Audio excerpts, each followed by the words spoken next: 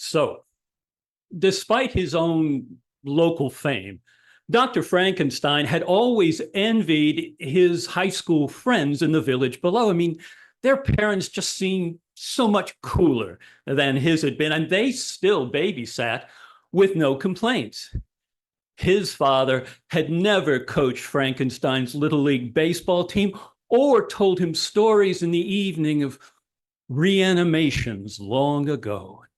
So Dr. Frankenstein finished his clinic rounds after another successful knee replacement. And here in the village, he handled everything: brains, hearts, hips. And by this time, he didn't bother to worry about what had happened to all those leftover parts that he'd removed over the years. One of the orderlies handled those sort of things. And later, Dr. Frankenstein sat, bourbon in hand, and groused to his high school buddies in the village inn how any internist worth his salt could have assembled a better parent than his had been.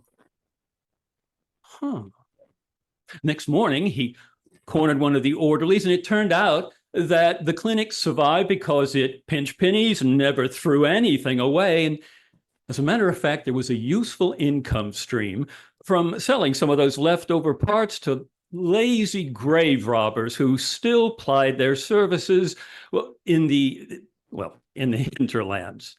And if the doors stayed open, nobody asked any questions. But Dr. Frankenstein was in a frenzy. He found his way to the cellar archives, and he discovered shelf after shelf of used parts. And of course, he hesitated at first, but after a particularly heartwarming anecdote about a babysitting grandfather, he felt compelled to act. And so each evening after rounds, he made his way to the cellar. He found some knees, some hips, a lung or two, oh, and a spleen. Some of them fresh, some of them pickled, an entire head from somewhere with an almost complete brain, which he carefully patched from other leftover brains, and then bit by bit, part by part, he built a better father. And Dr. Frankenstein's better father, oh boy, lay on the slab, still and unmoving, and thus, incapable of disappointing him. But then he realized he always asked his other patients post-surgery, of course, to get as much exercise as possible to get their strength back. So deep in the night, the doctor carried the monster upstairs to the physical therapy center. He balanced the monster on the treadmill, guiding it like a toddler as it stumbled forward along the moving belt. Color slowly returning to its cheeks. The monster's eyes flicked open. It looked about in consternation, and then it took a deep, huge breath, leaned forward, and punched up the next level on the treadmill. "It's alive!" rejoiced Frankenstein. He'd always known that proper exercise could work miracles, though they needed clothes, which he found in the lost and found there at the clinic: a short sleeve polyester shirt, trousers, oh, and a cardigan. And then, dressed and back in the basement, the doctor began the creature's education. Unsurprisingly, the used brain already knew so much about the everyday world. It had sense, it had language. And so Dr. Frankenstein patiently began to describe the rules of Little League baseball and the importance of playing catch. And then he touched on the substitute batter rule and how it should never be applied, no matter how important the game, because everyone gets to play. And then he explained babysitting and just how important it was to facilitate date nights. But as its responsibilities built The creature grew more and more agitated. The voices in his head always promised that retirement would bring some surcease. And then finally, faced with all the weight of having to distill his jumbled past life into diverting stories for the grandkids, well, he rose up, roaring, glass shattered, and the choking smell of formaldehyde filled his already compromised lungs. But he pushed past the startled doctor and disappeared out into the night.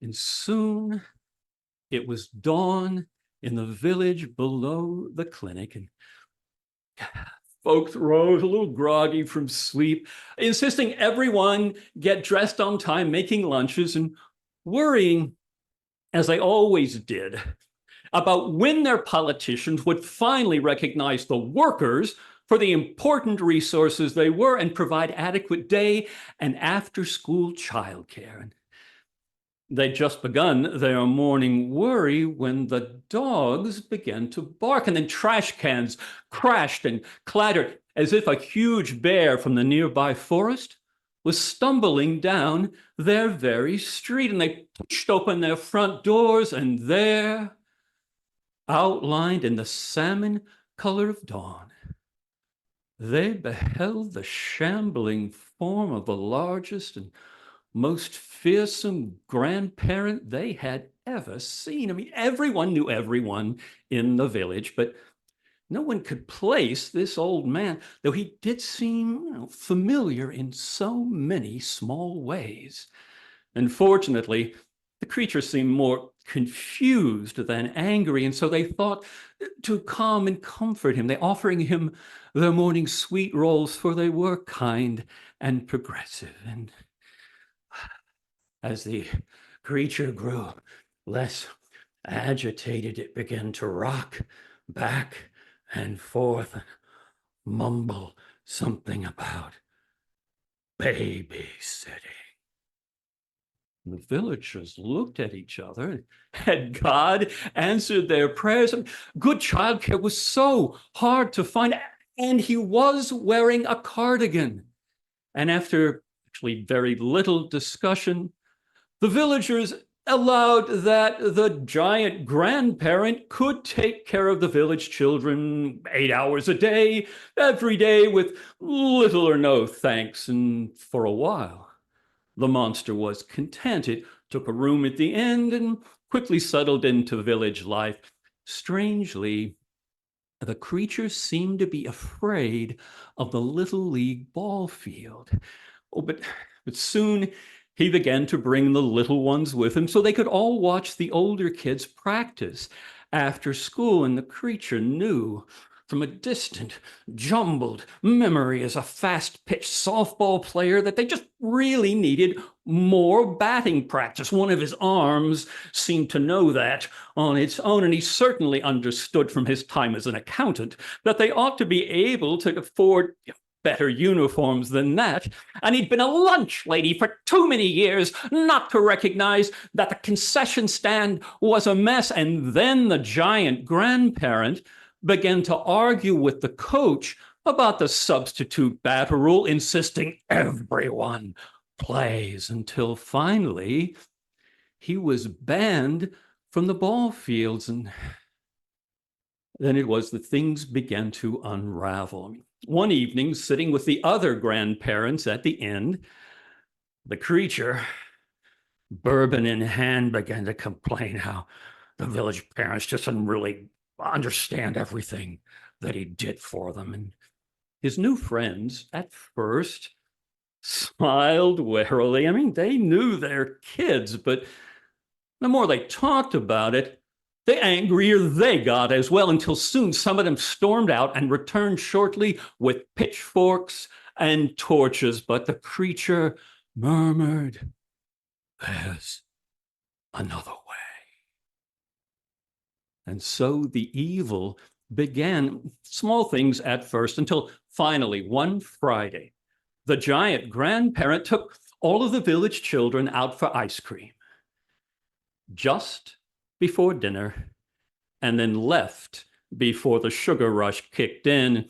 No one had a date night that weekend. And after that, the giant grandparent grew more and more erratic, as if he contained multitudes, always in conflict, but still. He made the most wonderful yeast rolls that smelled like their childhood.